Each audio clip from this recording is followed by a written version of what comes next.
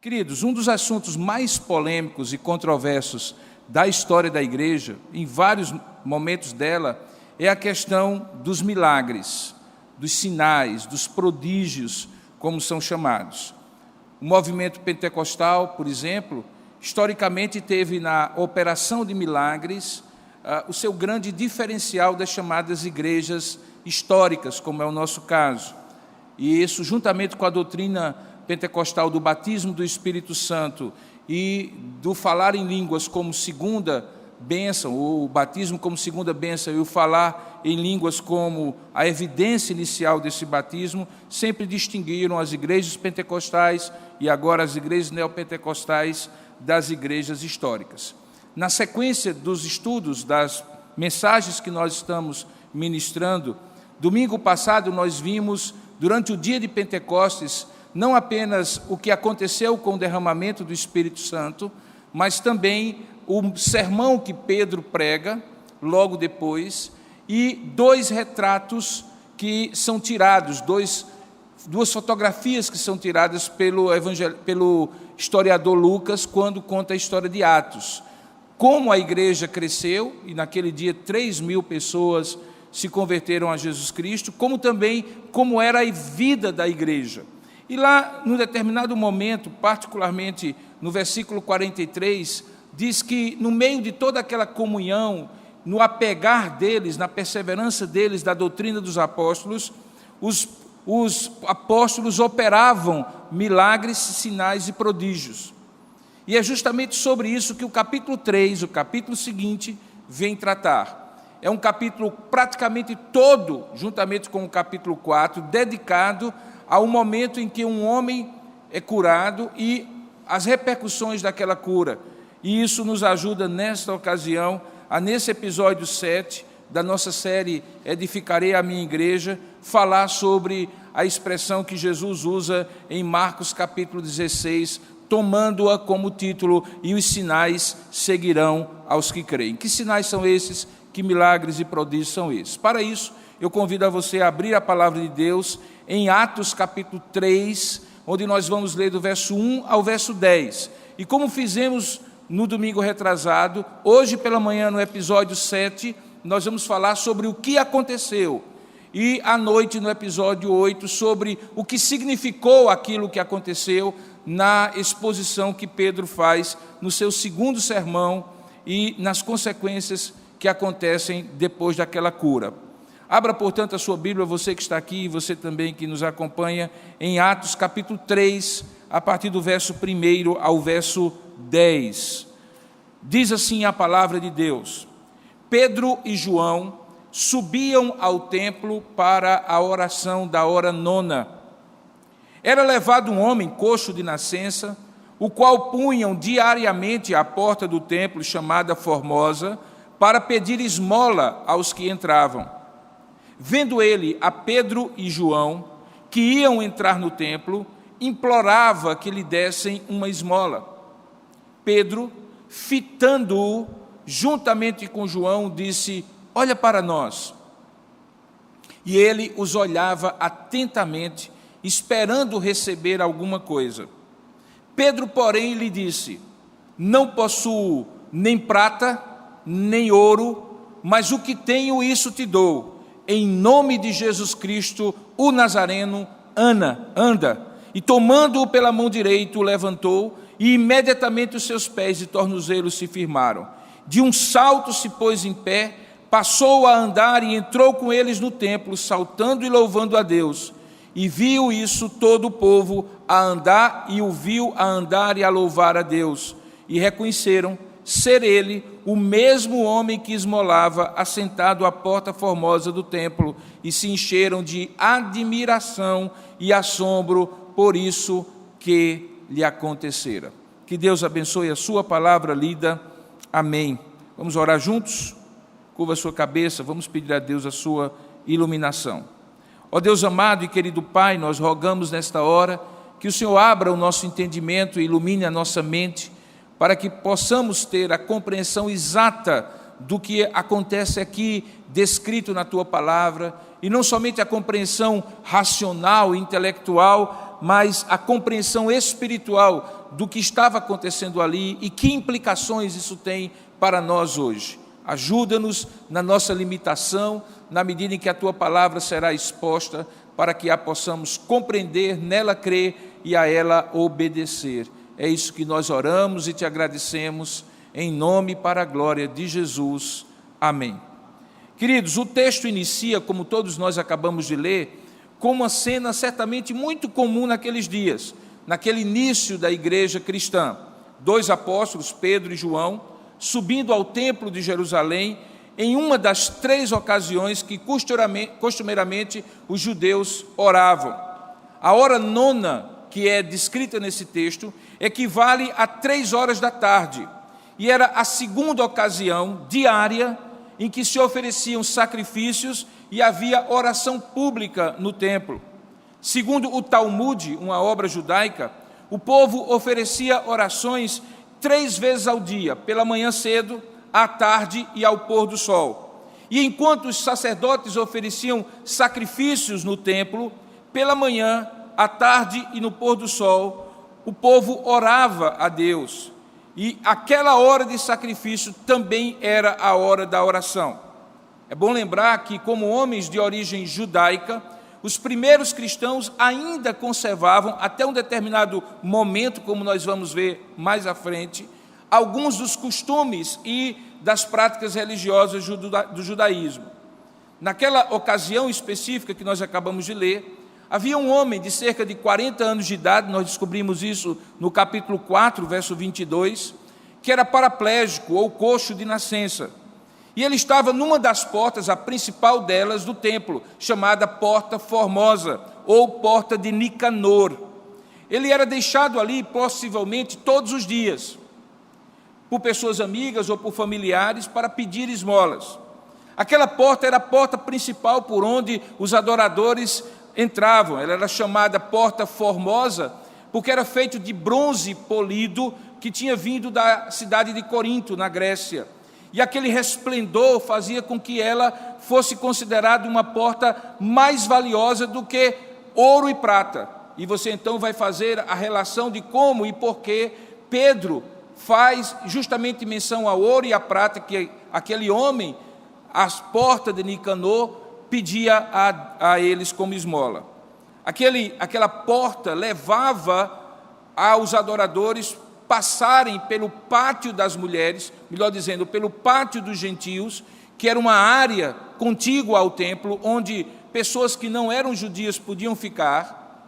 Depois passava dali para a porta das mulheres, onde as mulheres judias também podiam ficar, e só então os homens entravam no pátio dos homens, e um pouco mais lá dentro o sacrifício era feito no próprio santuário. Então nós temos uma estrutura que é o local onde realmente acontecia o culto, os sacrifícios, onde só os sacerdotes entravam, e áreas contíguas ao templo, chamadas pátios, que eram segmentados pelos grupos que ali frequentavam. Entrar por aquela porta formosa implicava passar pelo pátio dos gentios, para depois adentrar o pátio dos homens, melhor, das mulheres, e então adentrar o pátio dos homens, onde provavelmente Pedro e João ficariam orando. E por que eles ficariam ali? Porque eles não entrariam no santuário, porque eles não ofereceriam sacrifícios, porque, obviamente, como cristãos, eles já tinham entendido que o sacrifício maior, definitivo, eterno, de Jesus Cristo no Calvário, substituía todos aqueles rituais. Então, eles tinham uma prática religiosa de orar, como judeus que eram, ir ao templo, mas não necessariamente fazer o sacrifício. É justamente naquela porta que entrava toda essa estrutura, que acontece exatamente o que está descrito no versículo 3, que aquele homem de nascença, 40 anos, coxo de nascença, pedindo esmolas, diz o verso 3, vendo ele a Pedro e a João, que iam entrar no templo, ou seja, em toda aquela área, implorava que lhe dessem uma esmola. Apesar da lei de Moisés ter estatutos relacionados ao cuidado dos pobres, infelizmente era comum que a negligência das pessoas, e inclusive dos sacerdotes, fazia com que pessoas com deficiências físicas, órfãos e viúvas, tivessem que esmolar naquelas portas do templo. Não havia uma seguridade social Portanto, se eles não cumprissem a lei de Moisés, aquelas pessoas eram econômica e socialmente completamente vulneráveis. O narrador Lucas, que escreve o livro de Atos, contextualiza assim o milagre que vem acontecer logo em seguida, e que para ele é dito como sendo um sinal da chegada do reino de Deus, assim como os milagres de Jesus haviam sido confirmação da chegada do reino de Deus. Então você tem ali a confirmação da autoridade dos apóstolos, assim como os sinais, milagres e prodígios feitos por Jesus confirmavam a autoridade que ele pregava. Um dos comentaristas, chamado Meyer, escreve no seu comentário exegético e crítico de Atos dos Apóstolos a seguinte expressão: após a descrição, e ele se refere a capítulo 2 de Atos, da vida próspera e pacífica da igreja, Lucas agora no capítulo 3, dá uma pequena amostra daquele versículo 43, quando diz que muitos prodígios e sinais eram feitos por intermédio dos apóstolos. E para ele, aquilo era sinal da vida abundante que a igreja tinha. Mas o que significa esses milagres, esses sinais, esses prodígios, que a todos encheram de espanto? Por que eles tinham esses nomes, milagres, sinais, prodígios? Para que esses milagres serviriam? E o que eles têm a ver com o acréscimo de mais de 5.000 pessoas que logo depois Lucas descreve como repercussão daquilo que havia acontecido com aquele homem? O que significa, portanto, isso? Queridos, significam algumas coisas, eu gostaria que você prestasse bem atenção, porque, sem dúvida alguma, isso tem relevância para os dias de hoje. Primeiramente, milagres, sinais e prodígios, verdadeiramente operados por Deus, deslocam o olhar de interesse da pessoa que recebe, da bênção que ela quer receber, para o benfeitor que vai abençoá-lo. Verdadeiros milagres, sinais e prodígios tiram o foco de interesse da pessoa que é beneficiada, do benefício que ela recebe, para o benfeitor. Troca-se então a bênção em si por aquele que é o abençoador. Veja para onde Pedro dirige o olhar daquele coxo de nascença. Certamente aquele homem com um olhar de completa dependência estendia a mão para todo aquele que passava naquela porta. Mas veja o que é que Pedro diz no verso 4. Diz que Pedro, fitando-o, olhando-o diretamente nos olhos, dirige o olhar dele para ele, daquele homem, para ele, Pedro e João, dizendo assim: olha para nós. Não olha para as nossas mãos e a moeda de prata ou de ouro que nós tenhamos nas mãos. Olha para nós. E diz o texto no versículo 5, que antes do milagre acontecer, o olhar daquele homem se deslocou das mãos que poderiam abençoá-lo, da moeda de prata ou de ouro que podiam estar nas mãos de Pedro e João, para Pedro e João como instrumentos de Deus. Aquele deslocamento implicava, da parte de Pedro, mais ou menos a seguinte mensagem: mais do que eu tenho nas mãos, olha para aquele que será instrumento de Deus para lhe abençoar. Isso era importante. Por quê? Porque, em segundo lugar, milagres, sinais e prodígios verdadeiramente operados por Deus apontam para um benefício maior de salvação e não apenas para benefícios menores, como curas e prosperidade material. Veja o verso 6. Diz assim: Pedro, porém, lhe disse: eu não possuo nem prata, nem ouro, mas o que tenho, isso te dou. E o que é que ele tinha? Em nome de Jesus Cristo, o Nazareno, anda.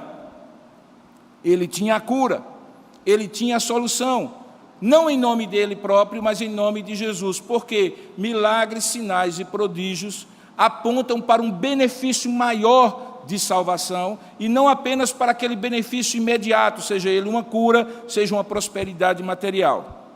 Quando pensamos nessa ideia de que é em nome de Jesus que o benefício é usado por Pedro e João para beneficiar aquele homem, logo nós entendemos que ali havia não uma palavra mágica, mas um sentido espiritual mais profundo. Por exemplo, nosso nome próprio, Robson, Cefra, João, José, serve a um útil propósito. Quem é João não é José, quem é Robson não é Alcides. O nome próprio é assim que nós chamamos, portanto, nos distingue dos demais.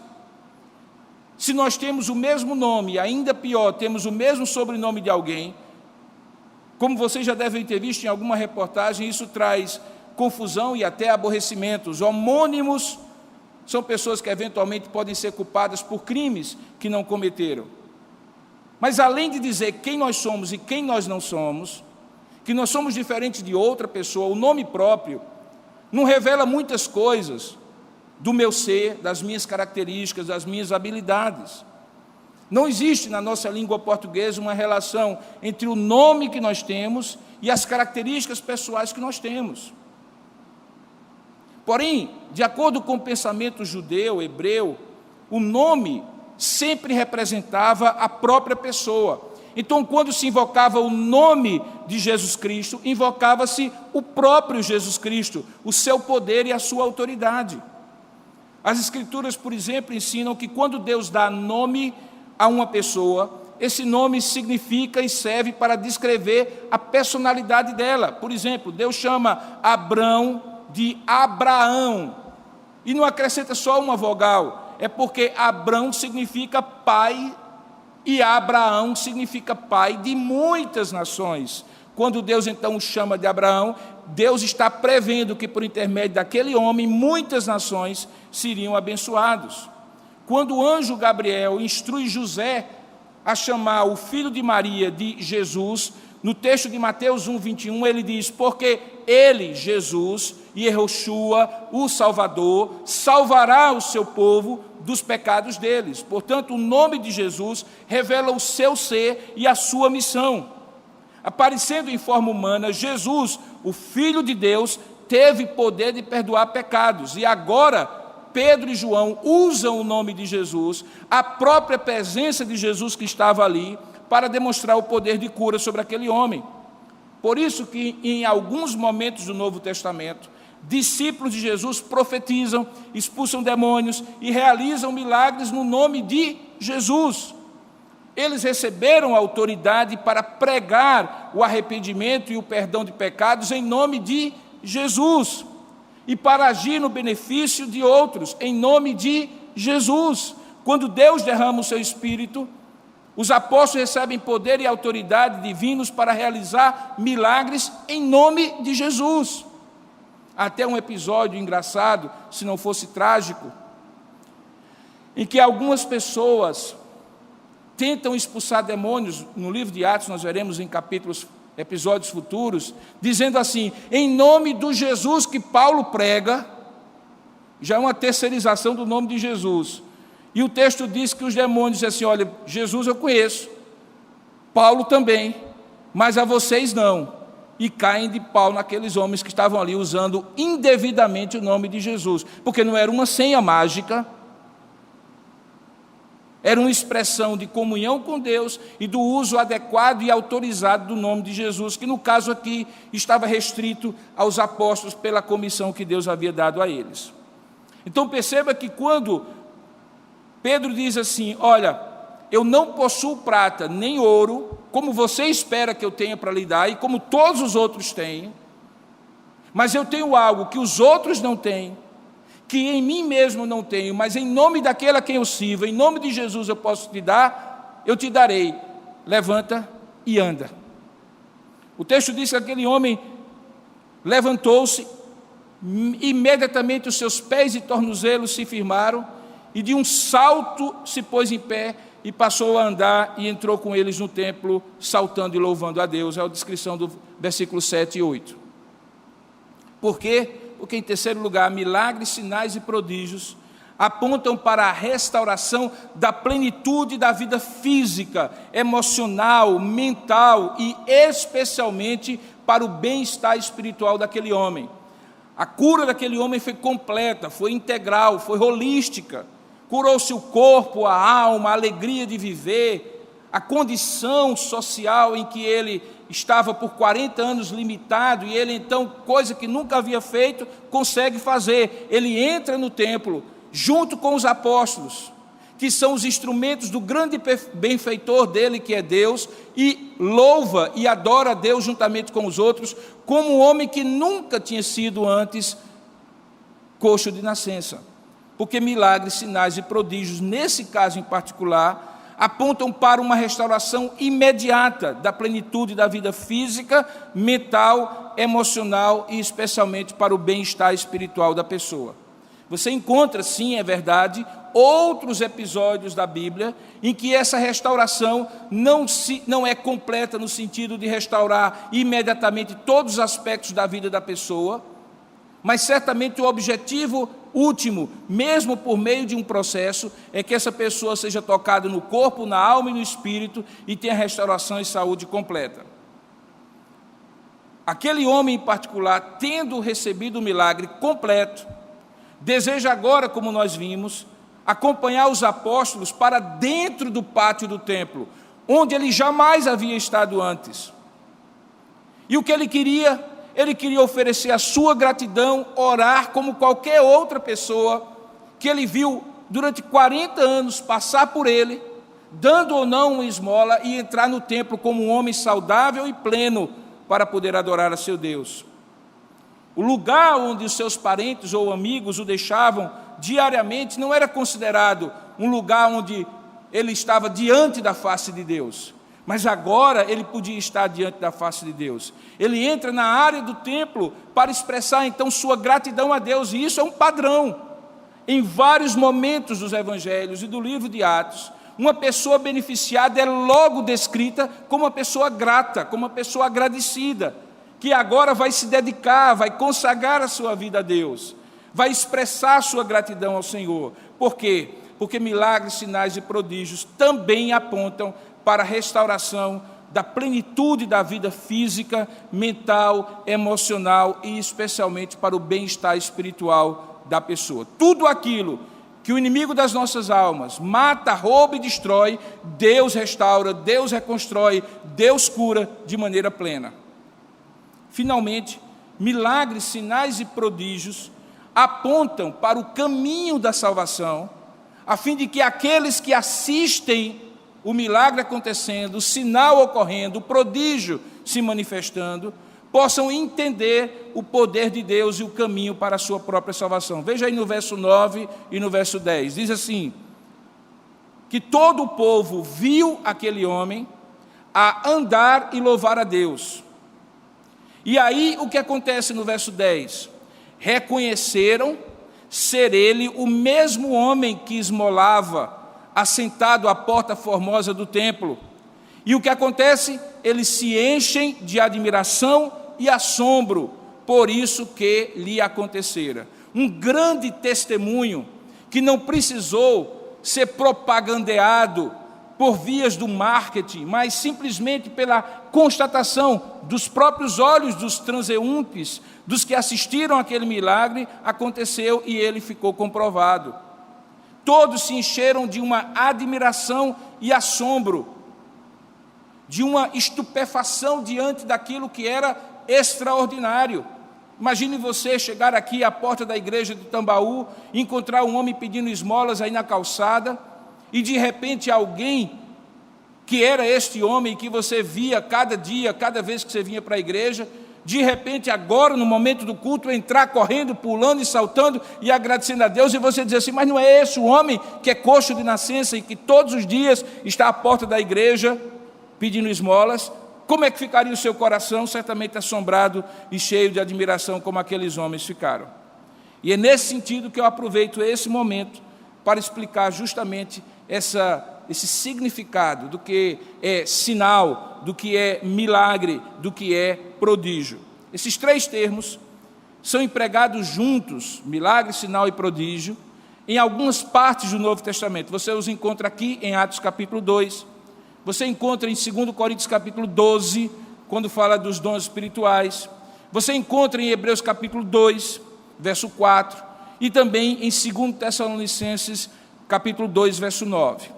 Mas no livro de Atos, é como se fosse um termo técnico, uma expressão que tem em cada um dos seus elementos, milagre, sinal e prodígio, o seu significado próprio. A palavra sinal, por exemplo, você encontra nada mais, nada menos do que 77 vezes no Novo Testamento. O termo prodígio aparece em menos ocasiões, 16, e o milagre, a palavra milagre, aparece em 119 vezes no Novo Testamento. Portanto, não é somente aqui que acontecem milagres, sinais e prodígios, e a compreensão sobre o que elas significam, essas três palavras, é muito importante. A palavra sinal, do grego semeion, é um nome derivado da palavra sema, que significa um signo, um sinal, uma marca de reconhecimento de algo, um emblema de um escudo, algo que está marcado como uma logomarca de algo diferenciado. Os israelitas entendem que os sinais milagrosos nunca foram antinaturais, porque na mentalidade do povo de Deus não há separação entre aquilo que Deus faz ordinariamente e aquilo que Deus faz extraordinariamente. Tudo isso é providência e demonstração do poder de Deus. Quando Deus, tendo estabelecido leis naturais, mantém essas leis naturais, e, por exemplo, alguém semeia uma semente, e pela lei natural aquela semente floresce no solo, ou germina no solo, e dá uma grande colheita, e ele agradece a Deus como ação de Deus, mesmo que pareça algo muito natural, da mesma maneira como Deus, de maneira extraordinária, faz um milagre, e algo que a lei natural não previa. Para o povo de Deus, tanto um como o outro, é um sinal da providência divina. Razão porque nós deveríamos estar mais atentos aos pequenos sinais que Deus opera no dia a dia da gente, ao invés de eventualmente ficar só assombrado e admirado pelos grandes sinais que Deus opera. Quando eu trabalho, Deus me dá inteligência, capacidade de, no suor do meu rosto, produzir o meu pão, e eu compro ali na feira, a minha feira, e eu faço a minha alimentação, e eu sento à mesa ao redor da minha família, com minha família, e como aquele pão, aquilo é sinal da bênção de Deus para mim.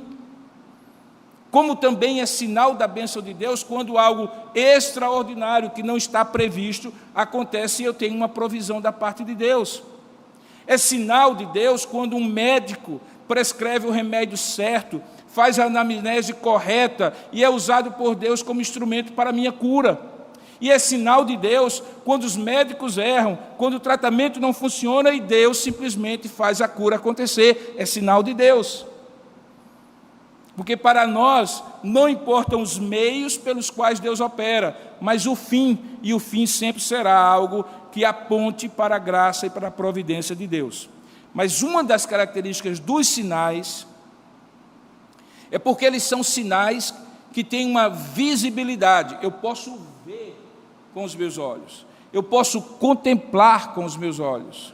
Quando Jesus acalma a tempestade, os ventos estavam antes violentos e agora se acalmam. O mar tinha grandes ondas e de repente ele fica calmo. Eu vejo isso. Por isso são sinais. Não tem sentido eu ter uma placa de trânsito, um sinal de trânsito, e ele não ficar visível, dizendo, entra à direita, proibido à esquerda, curva perigosa à direita, curva perigosa à esquerda, 40 quilômetros. Aqueles sinais são visíveis para me ensinar algo. Os sinais de Deus são visíveis para eu aprender algo da parte de Deus. E por isso são chamados de sinais, para que se identifique como algo feito por Deus. Prodígio, tradução da palavra terás em grego, na verdade era aquilo que estava fora da natureza, um prodígio, algo prodigioso, maravilhoso. E por isso, muitas vezes, as pessoas confundiam prodígios com sinais, na própria cultura grega. Mas nós podemos diferenciá-los como algo, no caso dos prodígios, que identifica e confirma alguma coisa, e como algo que deixa alguém assombrado com o que acontece. Um prodígio da natureza, um prodígio de Deus. Aquele menino é um prodígio, é a expressão que a gente usa quando aquilo é diferenciado, sai do normal, ou como nós dizemos na linguagem, é fora da curva. É fora da curva. Jesus operar os milagres que ele operou? Sim. É fora da curva que Jesus opere através de Pedro e João, esse homem? Sim. Tanto é que depois, como nós veremos hoje à noite, quando Pedro vai argumentar de quão extraordinário é aquilo, ele diz assim: por que vocês estão admirados com esse prodígio, com esse fato fora da curva, como se fôssemos nós que tivéssemos feito? Não fomos nós, foi Jesus Cristo. Ele é que faz as coisas fora da curva. Então o prodígio é utilizado para dizer que é Deus quem opera algo de forma admirável. Por exemplo, os sinais das 10 pragas do Egito foram prodígios de Deus. Tanto é que no capítulo 7, verso 3 de Êxodo, é dito assim, de Deus a Moisés: eu endurecerei o coração do faraó e multiplicarei meus sinais e prodígios na terra do Egito. Lá em Deuteronômio capítulo 6, 22, diz assim: diante de nós o Senhor Deus nos deu sinais e prodígios, grandes e maus, no Egito, ao faraó e a toda a sua casa. Portanto, sinal sinaliza para Deus, prodígio dá o sentido de ser algo extraordinário, prodigioso, maravilhoso demais para ser algo natural. E os milagres traduz a palavra dinamis, que é a palavra para poder, para força. Em resumo, a característica própria do sinal é confirmar ou exemplificar algo que foi dito ou percebido pelos sentidos. Pode ou não ser um milagre, mas pode ser um sinal. O prodígio, ao contrário, sempre tem uma característica sobrenatural e assombrosa. E quando aparecem juntos sinais e prodígios, geralmente se refere às intervenções de Deus em ocasiões específicas, como foi no Êxodo e como é no ministério de Jesus e dos apóstolos. Quando fala-se de milagres, a ênfase é sobre o poder de Deus, que é utilizado para beneficiar seres humanos. E quando eles três vêm juntos, a ideia é que algo poderoso, maravilhoso, prodigioso sinaliza a presença e a bênção de Deus. A reunião, portanto, desses três conceitos pode indicar tanto ações diferentes ou uma mesma ação com três alcances. Para a realização do milagre, às vezes é necessária a fé. O mesmo milagre pode suscitar o assombro, a admiração, por ser sobrenatural, e como sinal, é um sinal de credibilidade daquela pessoa e daquilo que ela faz. Por isso, milagres, sinais e prodígios sempre estão associados à proclamação de quem é Deus e do que Ele quer fazer da sua obra. Esta é a razão porque soa tão estranho que todo um culto, toda uma propaganda, toda uma suposta pregação foque mais no milagre que vai acontecer em determinado lugar, determinado dia, determinada hora e por intermédio de determinada pessoa e não na pessoa de Jesus Cristo. Culto de milagres, um pregador milagroso ou coisas desse tipo são tão estranhas ao Novo Testamento. Os milagres não, mas a maneira como esses milagres supostamente feitos por pregadores em dia e hora marcados, em lugar marcado e normalmente com algum tipo de troca material daquele que é beneficiado, pagando de volta o benefício que recebeu, são coisas completamente estranhas ao Novo Testamento. Deus opera milagres, sinais e prodígios onde quer, como quer, por intermédio de quem, na hora que quer. Não sou eu que marco a agenda de Deus. Veja, esse homem estava ali várias vezes, talvez Pedro e João passaram por ele várias vezes, mas teve um dia e hora e local marcado por Deus para o milagre acontecer. Quem era o agente, o controlador da ação? Deus, não Pedro, não João. Por isso que eles não curaram aquele homem em nome de Pedro, em nome de João, mas em nome de Jesus Cristo. Aqui estamos na autoridade dele e chegou a hora de você ser livre dessa limitação de 40 anos desde que você nasceu. Em algum momento anterior, quando eu estava introduzindo essa série, irmãos, e eu já estou caminhando para a minha conclusão, eu falei que a agenda da igreja em Atos é a agenda do Espírito Santo, razão porque alguns até dizem que o livro de Atos deveria ser Atos do Espírito Santo por intermédio dos apóstolos, e não Atos dos Apóstolos. E de fato, você percebe que o que está acontecendo no livro de Atos é um cumprimento e uma concretização da obra redentora de Cristo que os evangelhos descrevem. Agora você entende por que eu comecei a expor o livro de Atos depois que eu expus os 4 evangelhos, na última série chamada 4 Olhares. E muitas vezes essa continuidade, ela é sintetizada numa palavra chamada promessa. Por isso nós vimos no capítulo 2, Pedro dizendo assim, olha, eles não estão embriagados não, quando toda a multidão viu aqueles homens falando idiomas que eles não conheciam. Na verdade, o que está acontecendo é o cumprimento da promessa, e ele estava apontando para Joel capítulo 2, e nos últimos dias derramarei o meu espírito sobre toda a carne, e aí Joel descreve, versos 28 a 32, e estava apontando também para a própria promessa que Jesus tinha ratificado, em Lucas capítulo 24, ficai, porém, em Jerusalém, até que do alto sejais revestidos de poder, e ali estava o cumprimento da promessa. Agora, a pergunta é, será que o que está acontecendo aqui também é o cumprimento de uma promessa? Sem dúvida alguma, irmãos. Se você abrir agora em Marcos capítulo 16, verso 15 a 20, você vai entender o título da mensagem de hoje, e porque o que está acontecendo agora é cumprimento também de uma promessa de Deus. Veja, Marcos capítulo 16, verso 15 a 20, é uma das ocasiões que um dos evangelistas descreve a grande comissão, aquela última ordem que Jesus dá para que eles preguem o evangelho. E lá diz assim, olha, verso 15, e disse-lhes, ide por todo o mundo e pregai o evangelho a toda criatura. Quem crê e for batizado será salvo, quem porém não crê será condenado.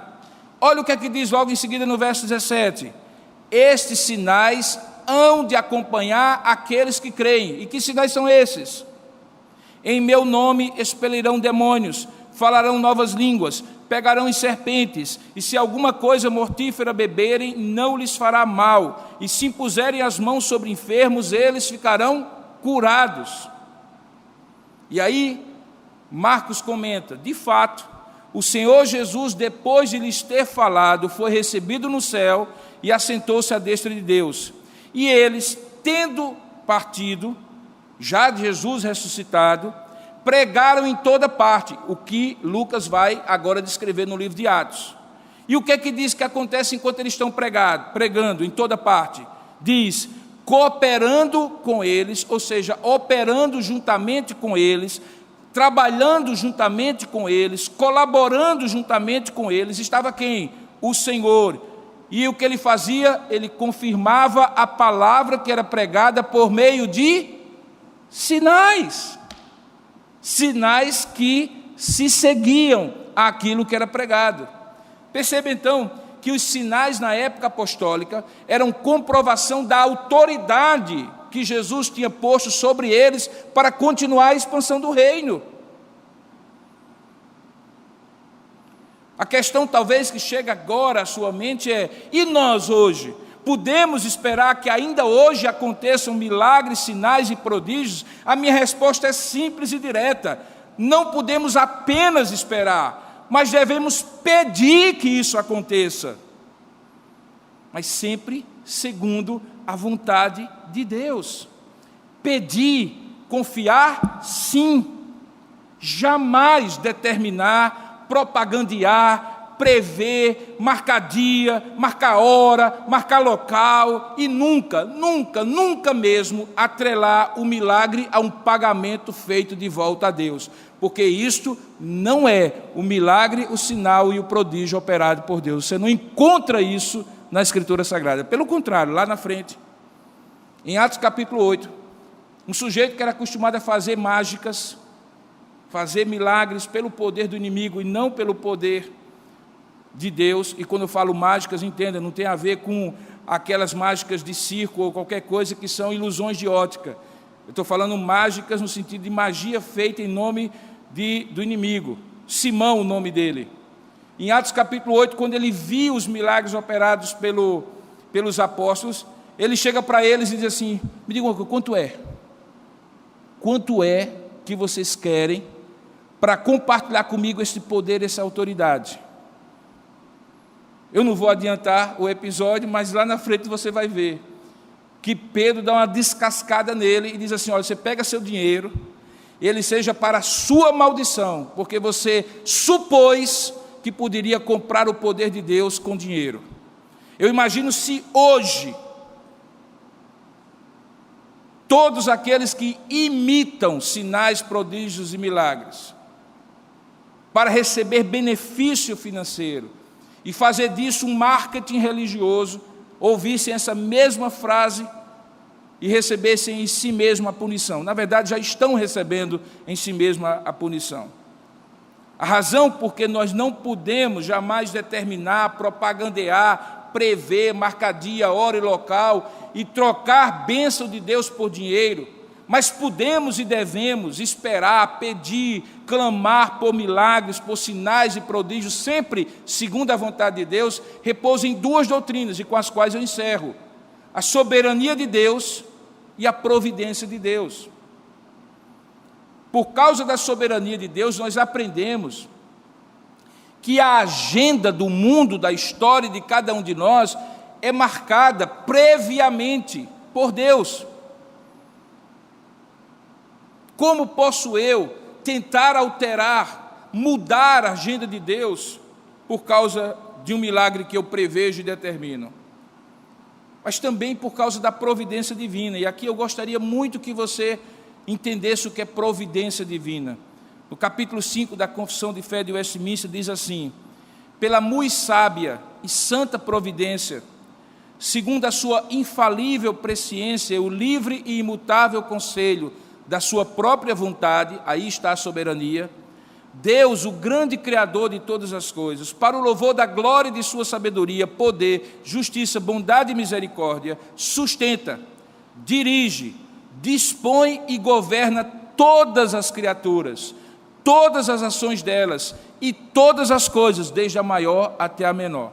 E um pouco mais na frente ele diz assim: na sua providência comum, Deus emprega meios. No suor do teu rosto comerás o pão.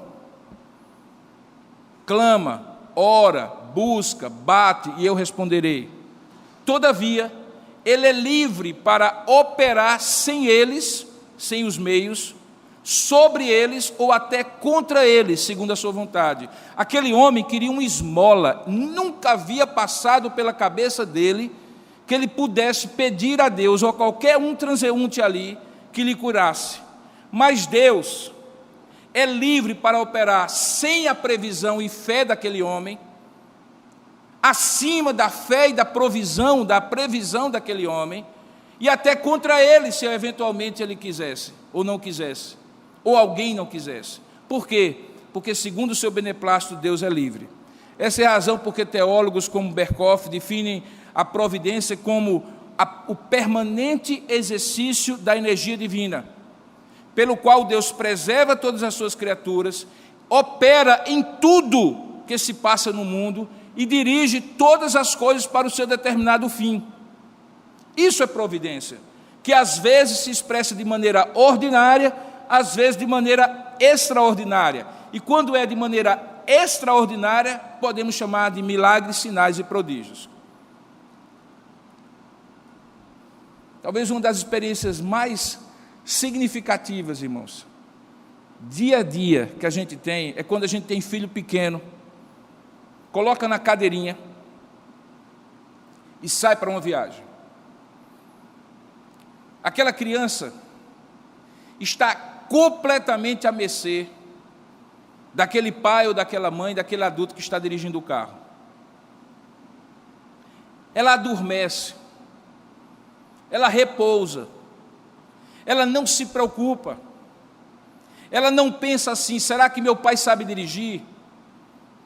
Será que os pneus estão bem calibrados? O motor está funcionando corretamente? Os freios estão operacionais?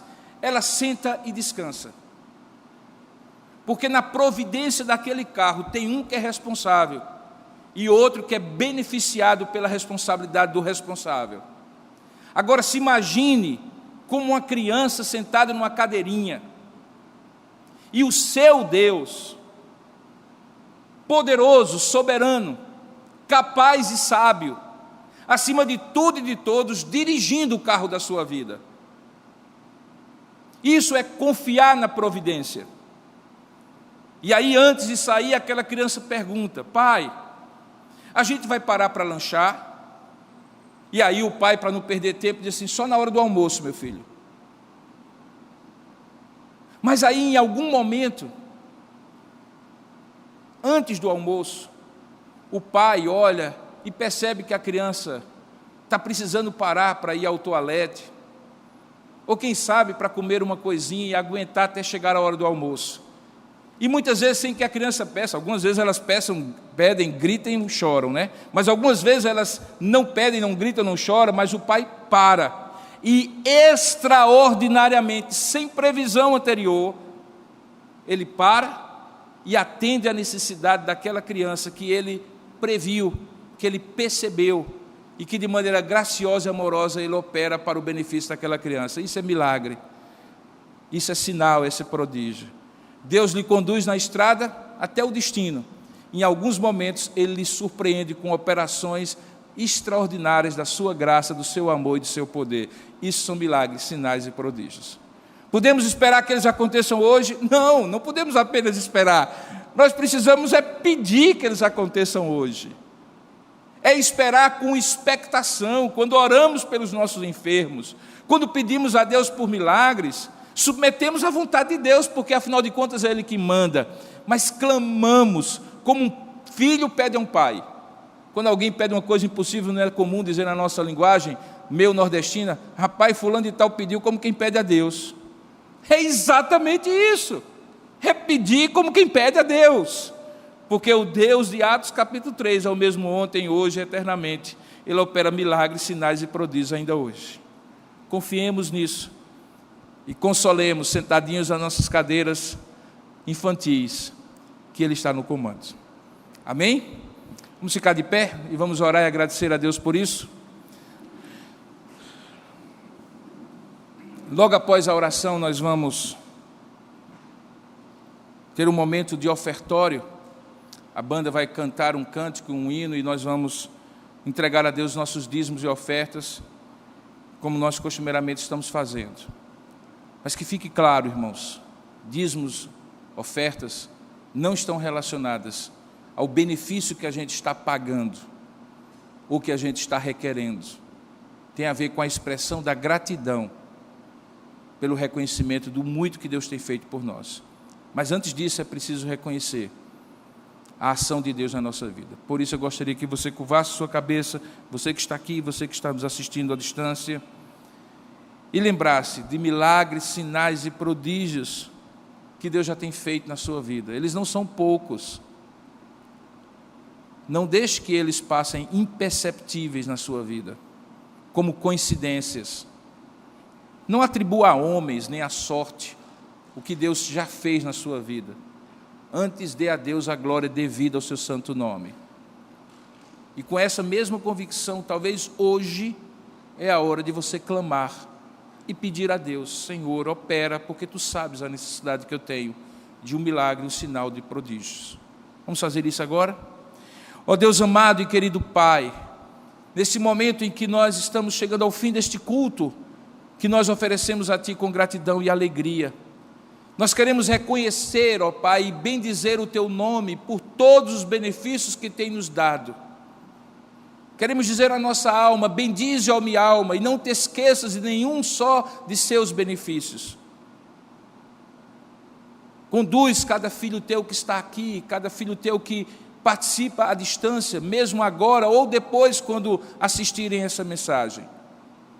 Traga cada um de nós com um coração grato pelos milagres, sinais e prodígios que Tu já tens feito na nossa vida. Aqueles pequenos da providência ordinária, aqueles pequenos gestos e ações, mas que são a razão de estarmos vivos, porque a Tua misericórdia se renova a cada manhã, sem que sequer percebamos, ao abrir dos nossos olhos, que a Tua mão poderosa e silenciosa, mão invisível, guardou a nossa vida na noite que passou. Assim, quando saímos de um lugar para outro, e sem perceber, a tua mão nos deu livramentos, para que não tivéssemos a nossa vida cortada, a nossa saúde afetada. E mesmo quando estamos doentes no leito da dor e da enfermidade, quando o médico, o enfermeiro, o profissional de saúde é usado por ti, e aquelas mãos não são mais mãos humanas, mas instrumentos, como um bisturi divino na nossa vida, nós te damos graças pelos milagres e sinais e prodígios que tens operado na nossa vida. Ajuda-nos a reconhecê-los como sinais da tua presença, da tua graça. E é por isso, por causa desse histórico, Senhor, que nós chegamos à tua presença e clamamos: opera, Senhor, em nosso meio. Opera naqueles que estão precisando da intervenção do Senhor, no leito da enfermidade e da dor. Opera cura, Senhor, conforme a tua vontade. Opera provisão material daqueles que estão em situação difícil. Abre portas extraordinárias, inesperadas, como só tu podes fazer. Faça hoje, Pai, o que sempre fizeste, e de maneira muito graciosa opera a tua vontade na nossa vida. Dá-nos então gratidão, mas também confiança, que tu és o mesmo ontem, hoje e eternamente, e que segundo a tua boa vontade farás infinitamente além daquilo que pedimos ou pensamos, porque tu és Deus todo-poderoso e gracioso.